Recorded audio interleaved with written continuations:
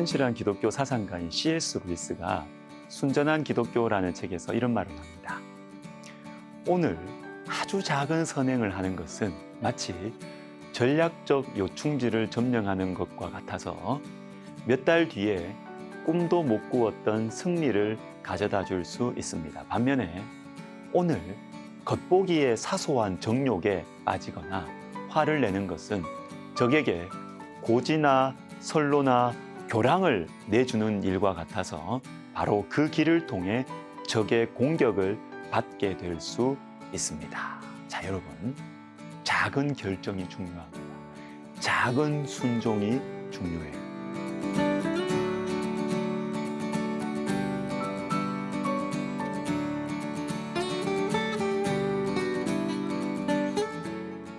오늘 본문 4절을 보십시오. 니느웨 아수르가 왜 하나님의 심판을 받게 되었는가? 그 원인이 나옵니다. 이는 마술에 능숙한 미모의 음녀가 많은 음행을 함이라. 그가 그의 음행으로 여러 나라를 미혹하고 그의 마술로 여러 족속을 미혹하느니라. 자, 자주 나오는 단어가 음행입니다. 자, 음행이 뭔가요? 반대말을 보면 되죠. 음행의 반대말은 정결함, 충성, 약속입니다. 그리고 미혹이라는 말도 2번 나오는데 미혹은 뭡니까? 속이는 것이죠. 속이는 것. 여러분, 아수르는 주변의 나라들을 속였습니다. 특별히 하나님 백성들을 속였어요. 그런데 미혹, 음행, 자, 이 말만 들으면 금세 우리는 이 나쁜 짓, 누가 이게 나쁜 짓 하면 안 돼. 금방 알아요. 그런데 이게 우리 눈앞에 다가올 때는 나쁘게 다가오지 않아요. 3장 4절을 다시 보십시오. 이는 마술에 능숙한 미모의 음녀가 많은 음행을 합니다. 미모의 음녀입니다. 아름다워요. 여러분, 사단이 우리를 속일 때, 미혹할 때 막 무서운 도깨비 모양으로 막 긴 머리 풀어 헤치고 다가오지 않습니다, 여러분. 아름다운 모습으로, 매력적인 모습으로 다가와요. 먹음직도 하고 보암직도 한 선악과. 기억나시죠?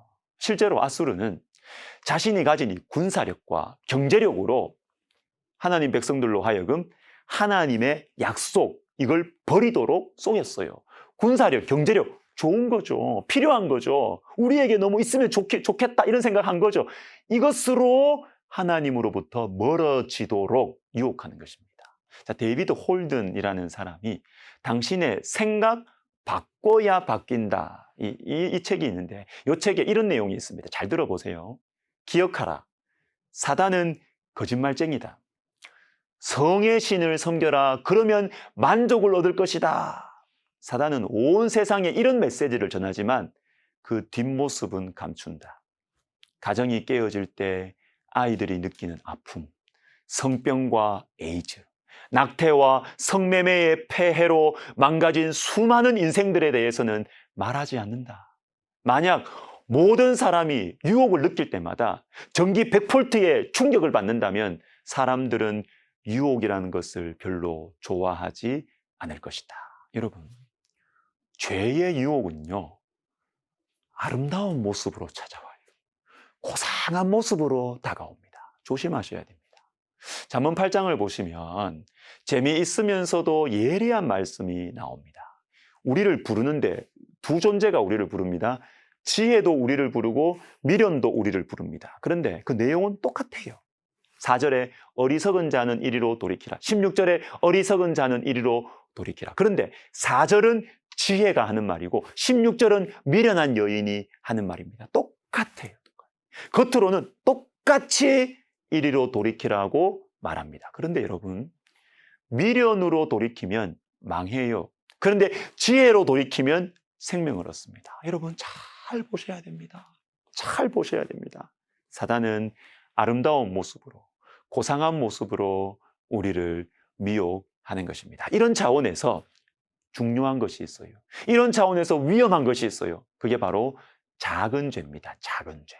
히브리서 12장 1절을 제가 읽어드리겠습니다. 이러므로 우리에게 구름같이 둘러싼 허다한 증인들이 있으니 모든 무거운 것과 얽매이기 쉬운 죄를 벗어버리고 인내로써 우리 앞에 당한 경주를 하며.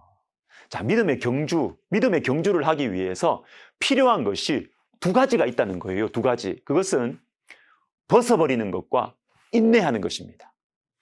당연하죠. 몸을 가볍게 해야 벗어야지 잘 달릴 수 있지 않습니까? 그리고 끝까지 달리려면 인내해야 됩니다. 벗어버려야 되고 인내해야 됩니다. 근데 여러분, 몸을 가볍게 하기 위해서 벗어버려야 되는 것 중에서 첫 번째가 무거운 것 벗어버려야 돼요. 그런데 벗어야 될 게 한 개 더 있어요. 얽매이기 쉬운 죄입니다. 얽매이기 쉬운 죄는 반드시 큰 죄가 아닙니다. 아닐 수 있습니다. 오히려 작지만 내가 쉽게 빠지는 죄. 여러분, 무거운 것만 버려서는 안 됩니다. 얽매이기 쉬운 죄도 벗어버려야 돼요. 작지만 쉽게 빠지는 죄를 벗어버려야 하는 것입니다. 사랑의 원자탄 우리 손양원 목사님께서 1942년 12월 10일에 사랑하는 두 아들 동인 동신에게 보낸 편지 중에 이런 내용이 있습니다. 들어보세요. 적은 악이라고 예사로이 여기지 말고 적은 선이라고 하여 가볍게 보지 말아라.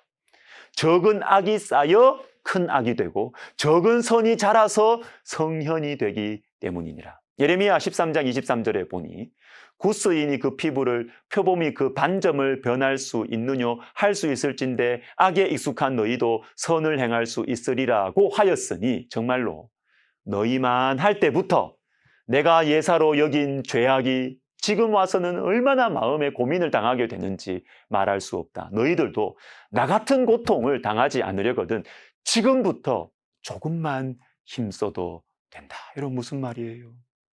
작은 악이 쌓여 큰 악이 되고 작은 선이 자라서 성현이 된다.